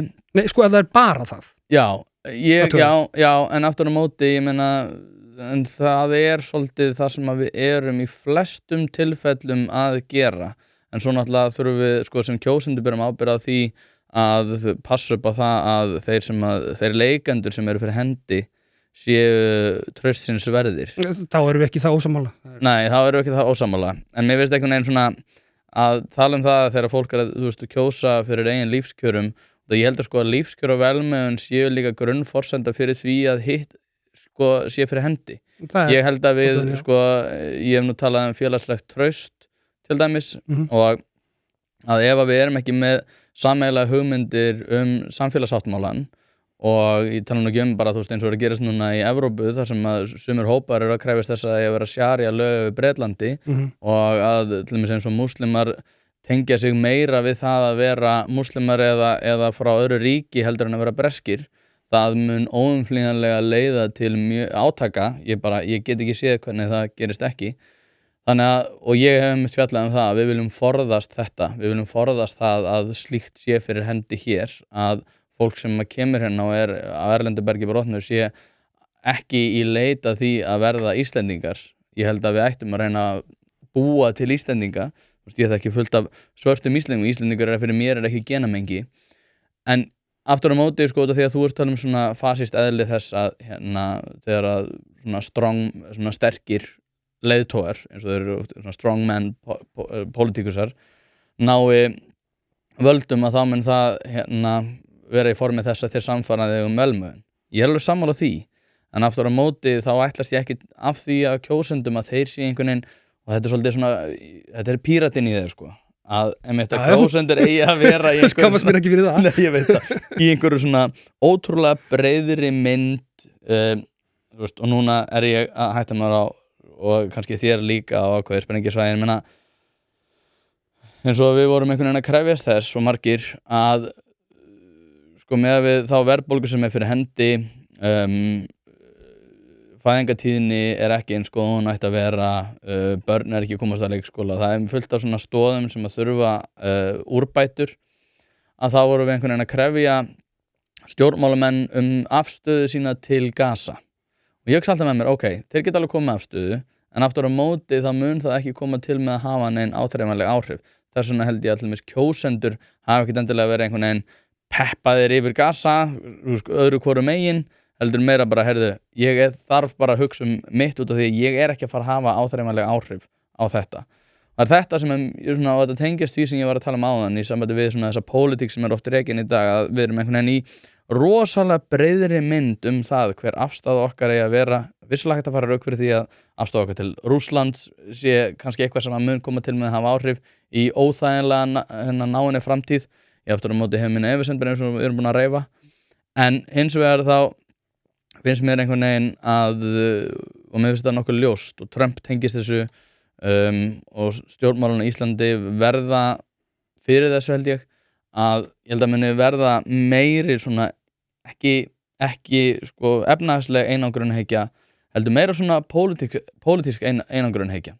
Að fólk muni kannski svona vissulega tengja sig meira Vesturlöndum en aftur á móti vera svona í ákveðinu svona einangruðu mengi hvað varðar svona, já, eigin hugmyndir eigin hagsmuni. Ég veit ekki hvort það make sense það sem ég að segja, en ég reyna svona að teikna upp mynd að við erum miklu líklegri að kjósa fyrir eigin hagsmunum og ég held að sé ekki endilega vondir öllur á botni hvolft út af því að ef við ætlum að fara að leysa öll verkefni heimsins þá munum við alls ekki leysa þau verkefni sem okkur næst. Nei, sko, ég skil alveg meginatriðið í því sem þú ert að segja, en það ekkert að segja að fólki ekki að kjósa samkvæmt sínum eigin hagsmunum, en það þarf að setja skilyrði fyrir því að kjósa eitthvað. það þarf að vera skilyrði að viðkomandi trúi á lýðræðisfyrirkomulagið. Það þurfa að vera svona grunnintökuskilyrði, pólitísk intökuskilyrði skulum við kalla það, sem er það að þú trúir því að það eigi að kjósa yfir höfuð áður en þú biður að einhver kjósi þig, fattarðu. Og að því gefnu, þá auðvitað snýst þetta mikið til það bara hvað fólk telur að muni skilur gera samfélaginu sem best eða því sjálfu, og svo líka bara kjósendur venjulegt fólk, og venjulegt fólk alls konar, og sumum alveg sama náungan, öðrum ekki sama náungan, og kjósa bara eftir því gildismati, og það allt í góðu með það, og einungis ef þessi grundvallaratriði á hreinu. Og það bara ekkit rosalega langt í það að þau hætti að vera á hreinu. Það bara, við erum blessunalega langt frá því núna, svæstnasta sem við erum með sannlega miðflokkurinn, og hann ekkit eitthvað að grafa undan lýðræðisfyrirkomulaginu, sko. Það ekkit að segja það mann, hann náttúrulega, ég gæti gagnrýnt hann hér í allan dag, þannig ætla ekki að fara lengur út í það, en hann engin AfD, skilur við. Hann ekki alveg Donald Trump. Daðrar við svona svipaða orðræðu til þess að veiða einhver atkvæði, en ekki alveg þar. Hann ekki alveg ógn við lýðræðið. Það væri ekki alveg sanngjarnt, sko, að segja það. Donald Trump hins vegar það. AfD það í Þýskalandi. Þessu öfli að ná völdum í mjög stórum, mikilvægum, rótgrónum lýðræðisríkjum. Og það skiptir okkur máli, en að ef þau ná of langt, þá mun það valda áhrifum hér. Við gleymum oft hvað við erum mikið afsprengi útlanda. Tjáningafrelsið okkar evrópskt. Það bara orðalagið í stjórnarskrán okkar kemur frá Evrópu, skilur við. Mannréttindur okkar almennt, reyndar. Ég líka bara, upplýsingarnir, ég ótrúlega fyndið að þú skulle nefna þetta, því að ég hef verið að fjalla islam og AfD og Geert Wilders, og í þessu samhengi, við getum farið inn á það. Já, og ég hef verið að segja að það eru múslimar og moskur sem að reyna að berjast fyrir því að séu sharia lög. Það eru muslim svona siðgæðispatróls í London, skilur við. Þetta ekki bara eitthvað, og þetta ástæðan fyrir því svona upprisu, Reform UK núna stærstur, og ég hef verið ásakaður það. Því að þú veist alveg að ég hef mjög sterkar skoðanir til dæmis á islam og öðrum trúum reyndar, bara almennt, nákvæmlega. Og ég hef verið ásakaður það að ég sé að flytja inn menningarátök frá Bandaríkjunum Evrópu. Ég hugsa alltaf með mér, hvað það í Bandaríkjunum Evrópu sem hefur ekki leitað á Íslands strendur eftir svona 5 ár, og í sí fyrr við búum við, eins og þú varst að segja, við þennan veruleika þar sem upplýsingarneysla okkar alltaf undir þeim formerkjum hvað að gerast fyrir austan og vestan við okkur. Skiptir engu máli hvernig þú horfir á hlutina, þetta hefur gríðalegt, þegar maður skróla á Vísi, ég veit ekki, kannski 30-40% af fréttunum frá erlendis. Sama gildi með RÚV, sama gildi með allar sammiðla. Þannig að mér finnst alveg ótrúlega, mér finnst ekki hjálpa umræðinni mitt, þegar maður ásakaður það að vera einhver, ég verið ásakaður það að vera fasisti og að hata muslima og allt þetta dót, sko. Ég hef bæði verið sakaður að vera muslimi og að hata muslima. Já, ég veit það. Það engin leið að gera fólk geti gæst. Það það ekki svona fullkonni milliverin nákvæmlega sem þú vilt vera ef þú ætlar að tala þetta yfir höfuð.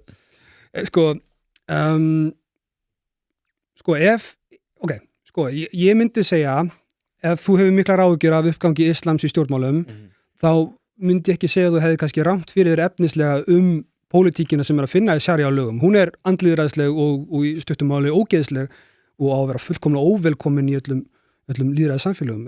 Mínum mati bara öllum samfélögum. Þetta ógeðsleg stjórnmál og eigi ekkit erindi, sko. Enda frá 7. öld, sko, og reyðumörkum Arabíu. Og skildi þá engan undra, sko. Það ekki eins og, við myndum vilja taka upp eitthvað stjórnarfar frá 7. öld úr Noregi, sko. Það ekki góð hugmynd, skulum ekki gera það. Það líka hræðilegt, ok?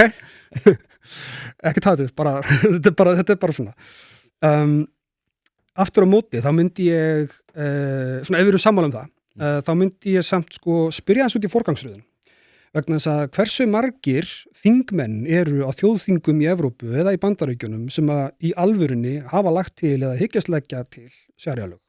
Það var einn núna í Bradford sem hér í Bretlandi og hann mitt kallaði Allahu Akbar þegar hann vann, sem mjög svona einkennilegt fyrir breskt stjórnarfar að það sé verið að ákalla Guð við sigur kosninga. Það nú samt? Thank God, ég þakka Guði, Allahu Akbar þýðir bara, Þeir segja þetta skilur þið haldið báðmáli sitt skilur þið segja þetta við hjónaband Allahu Akbar er mjög almenn upprópun sko. Þetta var samt alveg svona sko, þetta var alveg svona skrítið pepp en allavega, ok. En ég meina lagðan til að, þú veist, að Bretland yrði islamskt ríki? Nei, ekki þarna, en það eru, ég meina, Anjem Choudhury, ég meina, hefur haft mikil áhrif til þess. Já, og er réttilega fordæmdu fyrir það. Jú, vissulega, sko, það er til þetta tal.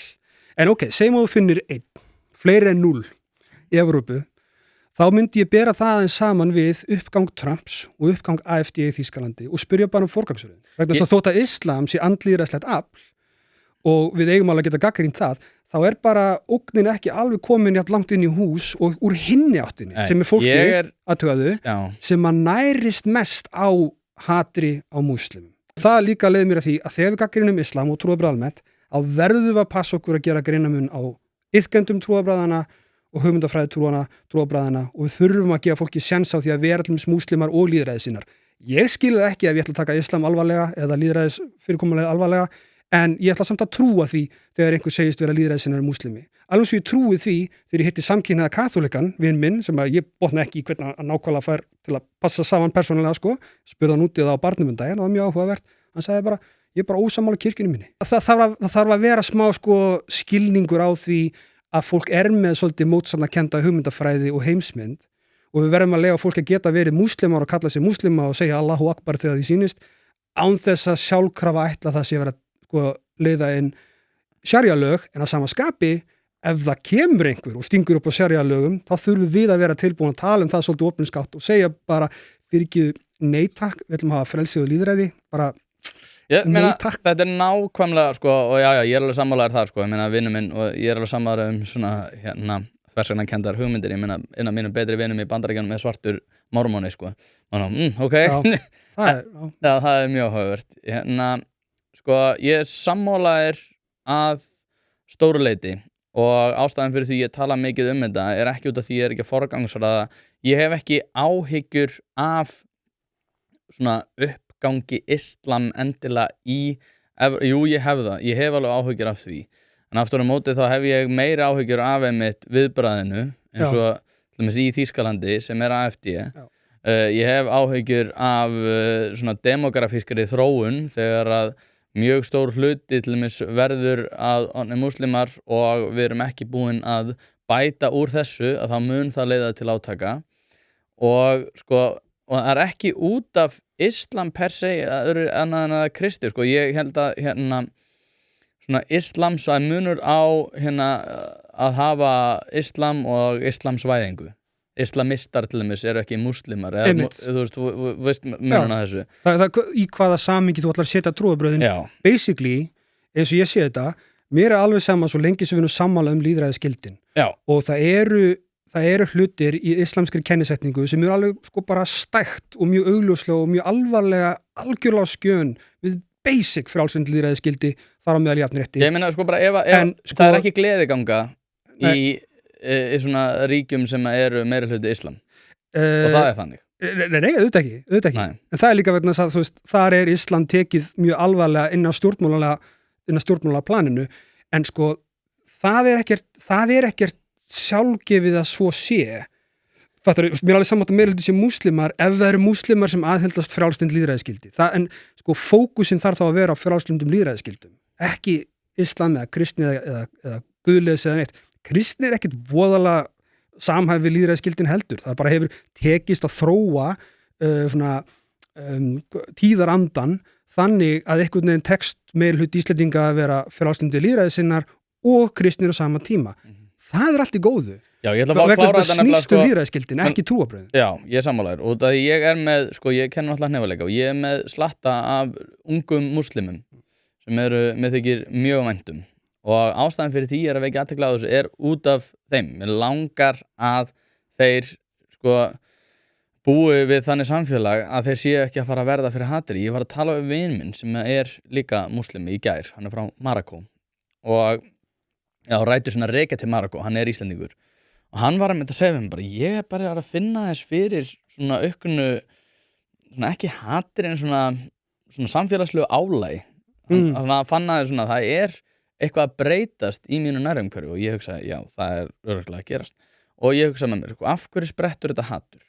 Er það út af því að við erum eiga of mikið að samræðum eða er það út af því við erum eiga of lítið? Ég held að sé of lítið. Mér finnst til dæmis algjörlega galið þegar framkvæmdastjóri kvennaathvarfsins kemur fram í kjölfar þess að það kemur upp mjög ógeðfellt heiðursmál þar sem að ung stúlka var fyrir bara stórkostlegu ofbeldi undir þeim formerkjum að hún var ekki tilbúin til þess að ganga í réttum klæðaburði og væri komin með kærasta sem að væri ekki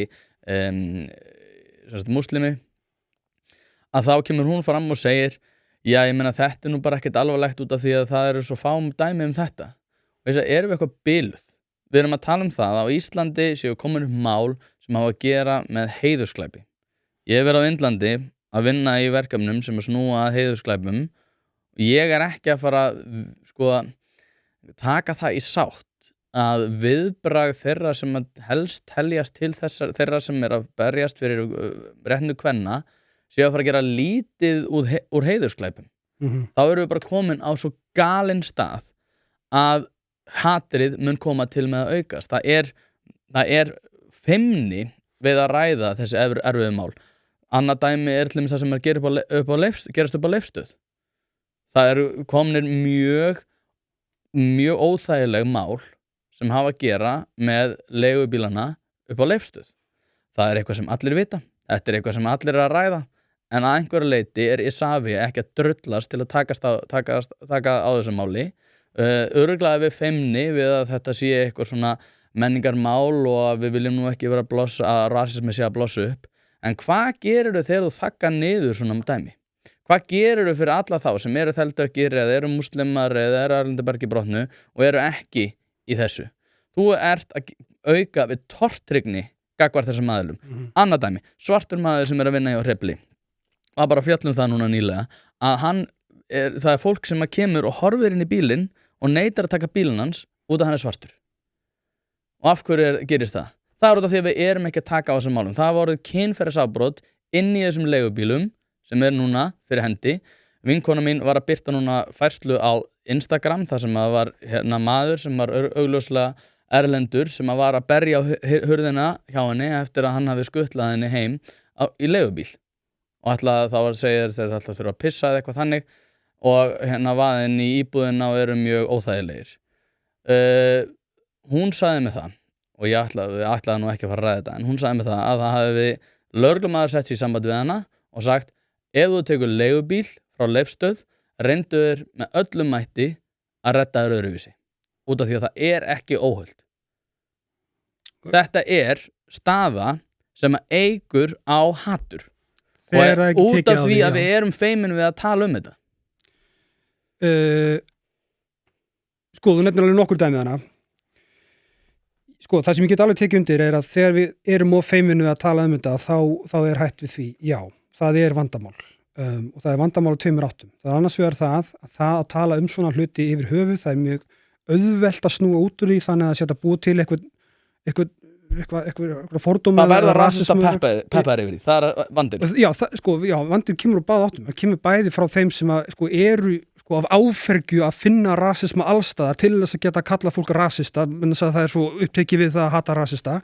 Kemur frá góðum stað en stundum hefur neikvæð áhrif. Þetta þakka niður í fólki til að tala eitthvað sem bara þarf svolítið að tala en svo er maður líka hrættur við að tala þetta og ég er hrættur við að tala þetta ekki að vota þetta fókun ég get alveg sagt þessu fólki bara fóka sér, skilur, það er ekkert mál. Vandi minn er þegar kemur að fólki sem einmitt nýtir þá orðræðu til þess að réttlæta sinni einn rasisma 100%. Og það er líka mjög raunverulegt vandamál.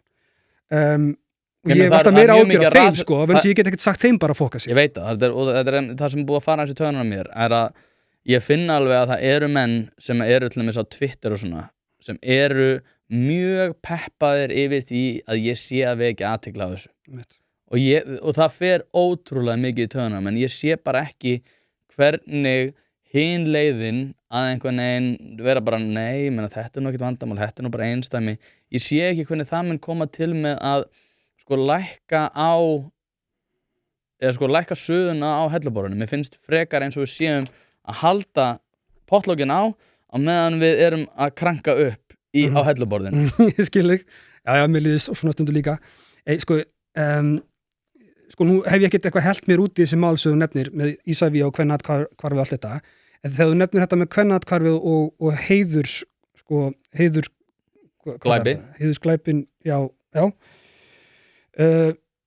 sko, mig grunar, nú ég bara að giska svolítið út í bláinn, að þetta sé ekki rosalega stór málafjöldi og á sama tíma hins vegar óheyrilega stór málafjöldi af mjög klassískum dæmigerðum íslenskum málum, það sem bara íslenskir feður að berja dætur sínar eða konur og það sé kannski miklu stærri hluti sem við erum ekki búin að vinna bug á, mögulega hefur eitthvað þannig verið í gangi, þannig að þótt að þetta séu alvarlega mál, þá bara án þess að gera lítið úr þeim, þá bara kannski 100 sinnum meira af öðrum mjög sambærilegum málum sem eru bara ekki út af einhverjum heiðri, heldur bara vegna þess að kallinn var í vondu skapi og skítall eða eitthvað.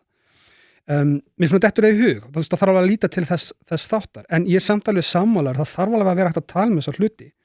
Það þarf held ég sko bæði að fólk, ég var að fatta hvað ég er mikið oft búin að töða verið þessu, fólk þarf það svolítið að kunna að koma frá sér hlutunum öðruvísi alltaf hann brjálæðiskasti.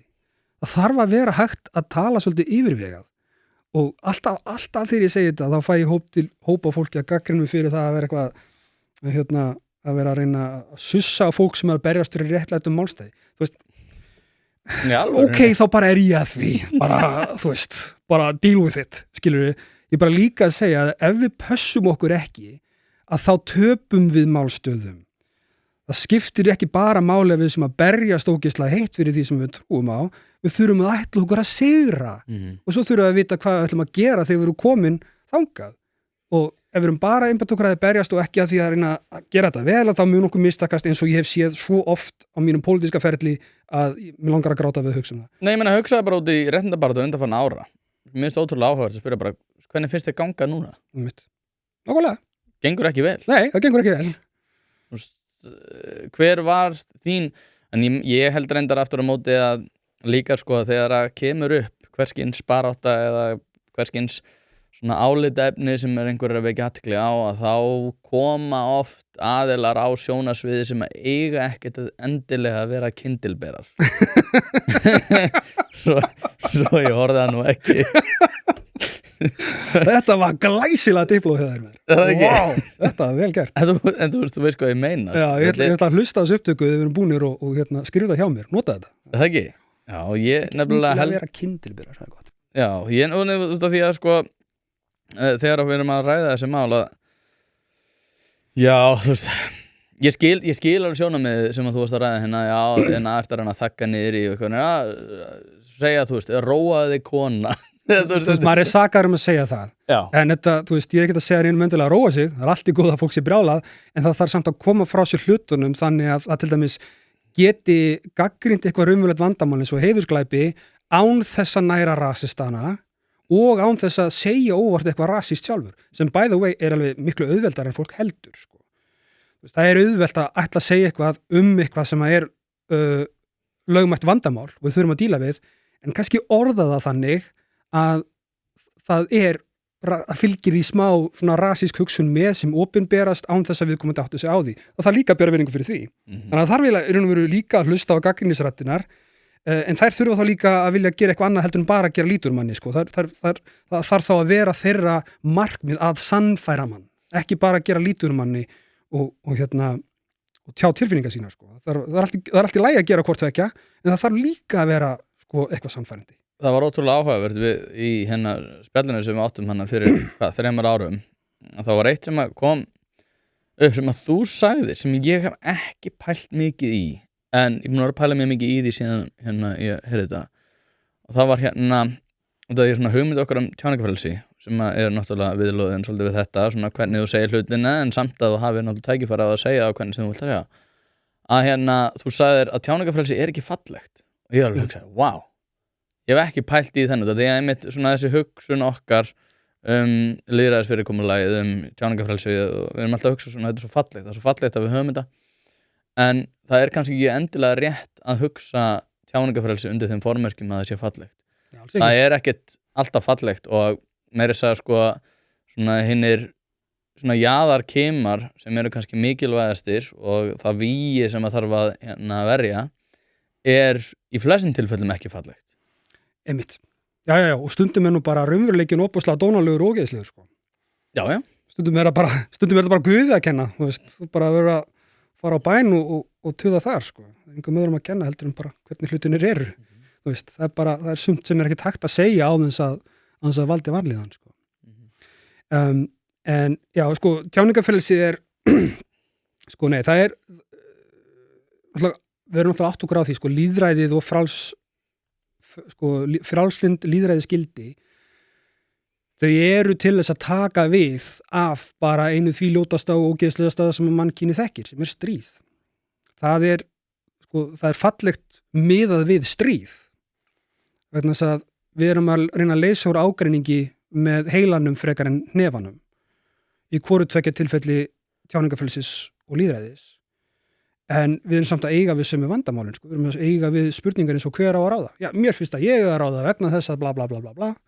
Þú veist, og þér finnst að þú er að ráða vegna þess að bla bla bla bla bla og þú ert kannski með einhverja skoðanir og það er engin trygging fyrir því að þetta sé eitthvað fallegra heldur en viðfangsefnin sem við erum að útkljá með stríðum. Við erum bara að útkljá því með einhverju öðru heldur en stríðum. Og það er nú eina fegurinn, það er að frelsa okkur frá því allra ljótasta sem mannkynið hefur nokkuð tíma komist í tæri við. Þannig að það fallegt í samanburði við það, en ekkert voðalega margt annað. Nei, þetta er einmitt það sem að sko hefur kannski helst farið fyrir brjóst ég er ekkert að fara að draga henni í pólitík eða pírata, en þetta er aðeins sem hefur farið fyrir brjóstið að mér, já. Þegar að einmitt sko frá því að þú hverfur á þingi, þá er þetta svona eitthvað sem hefur að mínum glatast úr svona þangagangi pírata, hefur einmitt verið það svona, já, við erum mjög peppuð yfir tjáningarfrelsi svo lengi sem að mér finnst að vera tjáning sem er í lagi og svo lengi sem það er ekki hatursorðræða og svo einhvern veginn stækkar það mengi og stækkar og að lokum einhvern veginn erum við nákvæmlega komið bara með það sem við megum segja samkvæmt pírötum eða öðrum stjórnmálamönnum og ég held að það sé vondur veruleiki. En ég, eins og segi, sko, ég held að þetta horfi til betri vegar en að sko atburðarásin og vegurinn sé kannski þyrnum stráður. Hann sé kannski eitthvað sem að verður ekkert svakalega fallegt. Nei, alls ekki. Og ég ætla ekki að segja að ég taki því fagnandi eða ekki, en ég eftir að móti tek því fagnandi ef að tjáningarfrelsi verður ofan. Þú náttúrulega vinnur í hugbúnaðargeiranum og það var komið upp svona ýmis áliðefni í sambandi við gervigreind, hvort þú er að geta nýtt raddir og hvort þú er að geta nýtt hvort það falli undir tjáningarfrelsi, þannig að verður mjög áhugavert að taka því. Kannski tökum hérna bara einhvern tíma þátt það. Já, þetta er sífellt að verða flóknara, sko. Vegna þess að tæknin sem varðar tjáningu er alltaf að verða meiri og flóknari og spurningarnar stærri og flóknari, sko. Þannig að tjáningarfrelsi og þessi lýðræðisgildi, sko, þetta verður alltaf flóknara og flóknara. Vegna þess að tæknin sem þetta snýst verður alltaf meiri og flóknari. Og ég er ekki með neina allsherjar lausn á því, sko. Það er eina sem að ég myndi vilja... Getum bara ráðið hvað fólk má segja og kalla það tjáningarfrelsi. Það bara leysir ekki vandan, sko. Þú sér, ég meina, þú veist, ef þú hugsar bara löggjöfina, þá hefur verið aukning á tjáningarfrelsi í heildina, bara síðastliðin 10, 20, 30 ár, þú veist. Ofbeldiskvikmyndir voru bannaðar til 2006, guðlast var bannað til 2015, það er að vísu ennþá bannað að syngja þjóðsöngin vitlaust. Já, nei, ég ætla ekki að gera það hér nú. Nei. Að freistandi að fremja hérna lögbrot í byrni, hálfbyrni. Nei, ég nefnilega, sko, ég er búin að fara í smá svona, fór í svona dal, ég var alltaf mjög mikill frjálshyggjamaður gagnvart nýrri tækni, svo fór ég niður í svona kringum 2018, 19, 20, 21, eitthvað svoleiðis. Þá fór ég í svona dal, svona ákveðna forræðishyggju og ég er komin aftur í frjálshyggjuna, hvað varðar það, hvernig við viljum haga svona frelsi, ekki bara tjáningarfrelsi, heldur frelsi almennt í hugbúnaðargeiranum. Ég held að það sé svolítið eins og tjáningarfrelsi að jákvæð tækni muni í rauninni yfirtrompa neikvæða tækni. Það er spurning hvernig við notum hana og það er spurning það að við skiljum sko afleiðingarnar af henni og það er ekkert auðvelt fyrir samfélag sem þróast hægar heldur en tæknin sjálf. Tæknin þróast alltaf svo hratt, samfélagið er alltaf eftir á og pólitíkin langsíðust. Já, en ég held bara að við erum búin að beisla það nógu vel að þá munum við bara leiðast áfram á jákvæðan hátt. Ég held að við þurfum svolítið bara svona, já, að leyfa því að vera eins og þú veist í Evrópu. Ég var að tala við hann hérna Gumma Hafstein sem var hjá Google og öðrum, þar sem hann var að mitt að fjalla það að fyrsta sem að tæknifyrirtæki í Evrópu að ráða sér lögfræðing til þess að fara í gegnum allt reglufarganið og núna það í rauninni þannig ef það sniðugur forritari í Frakklandi með góða hugmynd þá bara fer hann til Bandaríkjanna. Þannig að það horfir til verri vegar í Evrópu allavega og við einhvern veginn sjáum þessum í samvinnu við persónuvernd og þannig og núna til dæmis hún hjá fjölmiðlanefnd var að fjalla það að það þurfa að vera eitthvað yfirvald til þess að passa okkur út af því að Zuckerberg talaði fyrir því að það væri að fara að auka tjáningafrelsi inn á Instagram og Facebook út af því að þetta horfði bara til verri vegar. Þannig að það rosalega margt í þessu en við þurfum að fara að ljúka þessu. Ég búin að halda þér held ég í hálftíma eða eitthvað lengur heldur en við ætlum að vera. Mikið er í skemmtilegur. Já, þú ert nefnilega ógeðslega skemmtilegur og tíminn flaug. En loka spurning. Sjáum við Helga Rafn einhvern tímann aftur í stjórnmálum? Aldrei að segja aldrei, en það er ekki í pípunum. Það er ekki í pípunum, nei, og ekki í neinu plani. Mér finnst það rosalega vant, sko, því að mér eins og mörgum öðrum, sko, fannst þú vera mjög jákvæð breyta stjórnmálum. Ég reyndar, eins og ég var að nefna við núna í upphafi, ég var að reyna að setja puttan á það hvað mér finnst hafa breyst í íslensku stjórnmálum og ég næ ekki alveg að setja puttan minn á það en frá því að þú fórst, og þetta kannski ekki endilega út af þér, ég ætla ekki að setja því á svo háan stall en aftur á móti það hefur eitthvað breyst í íslensku stjórnmálum sem ég veit ekki hvað en ég veit með mislíkar það kannski þetta bara út af réttrúnaðinum sem einhvern veginn bælt niður alla umræðu, sérstaklega pólitíska umræðu en var ekki skemmt, þú veist, ef þú ímyndaðir að vera á þingi núna, var ekki skemmtilega að vera á þingi þegar þú varst á þingi heldur en í dag? Ég veit ekki, ég er ekki á þingi. Nei, ég er að segja, ef þú svona reynir að reyfa. Ég veit ekki, hvert kjörtímabili er svolítið sérstakt, sko. Það var alltaf öðruvísi að vera á þingi 2013-16 heldur en 2017-21. Það var mjög ólíku upplifun, sko. Bara út af því hvernig flokkarnir voru, sko. Já. Og hvernig stjórnarstaða var. Hvert kjörtímabili er alveg óbúslega sérstakt fyrirbæri, sko. Það finnst mér fyndið þegar ég hlusta fólk segja, sko, að breytist aldrei neitt og það er alltaf sama gamla liðið og sami rassin undir þeim öllum bara, nei, þetta er ekki satt. Það er bara fullt af nýliðun og endurnýjun á þingmönnum. Það er ekki sami rassin undir þeim öllum. Það er bara mjög erfitt að koma þeim í sama sætið, mjög erfitt að koma þeim saman hluti, bara hellingsvinna og bara það er víst endalaust af breytingum. Þetta er bara rangt. Það er fullt að gerast, sko. Þótt að það sé ekki alveg þessi fólk sjáu, sko, eða upplifi af einhverjum menningarmun, þannig sé. Nei. Ég sé til þegar ég er orðinn kannski svona 60 eitthvað og konan búin að fá algjört ógjá með og vill hafa mig sem minnst heima og börnin farin að heiman og mér fer að leiðast inn í bílskúr, þá kannski svona býði mig fram til að tuða einhverjum öðrum en þeim, en við sjáum til. Það er ólíklegt. Já, ég er alltaf að peppa þær yfir því. Helgi Hrafn Gunnarsson, Pírati allra landsmanna. Takk aðeinslega fyrir að koma þangað til næst. Takk sem leiðis.